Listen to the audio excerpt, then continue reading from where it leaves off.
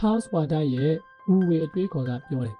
အရာရာကိုအတင်းအဓမ္မပုံဖော်ဖို့ကြိုးစားခြင်းဟာကြာရှုံးဖို့ရာခိုင်နှုန်းတည်ကြစေတယ်တဲ့ကျွန်တော်တို့တွေကတော့အင်အားသုံးပြီးတွန်းတိုက်ရင်ဘယ်အတားဆီးမဆိုကြော်ဖြတ်နိုင်တယ်လို့အမြဲပြောခံခဲ့ရဘူးတဲ့ဒါပေမဲ့တကယ်လက်တွေ့မှာတော့အဲ့ဒါဟာကိုစိတ်ကုန်ခန်းသွားစေတာပဲဖတ်တင်ပါတယ်။လိုင်းကြီးပြီးရေစီးတဲ့မြစ်တစင်းကိုညောင်းတိုင်းအတင်းဖြတ်ကူကိုကြိုးစားနေတဲ့ရေကူးသမားတယောက်ကိုမြင်အောင်ကြည့်ပါ။ကိုယ်စိတ်ကြိုက်လမ်းကြောင်းအတိုင်းအတင်းစစ်တိုးတာဟာတဘာဝတရားရဲ့ခုခံမှုကိုအမြင့်ဆုံးဖြစ်ပေါ်စေပါတယ်။ကိုယ့်ရဲ့အားရင်အားလုံးဟာရေစီးကြောင်းရဲ့အားကိုယုံရင်းကန်ရင်းနဲ့ပဲကုန်ဆုံးသွားပြီးရှေ့ကိုတက်လန်းမှတိုးမှမဟုတ်ဘူး။အဲ့ဒီလိုရှေ့မတိုးတဲ့အခါကျွန်တော်တို့ရဲ့ဗီဇကပါလဲပို့ပြီးအားစိတ်ကုခက်မယ်ဆိုတာပဲဒါပေမဲ့အဲ့ဒါဟာမြင့်ရဲ့ရေစီးအားကိုမလျော့ကျစေပဲ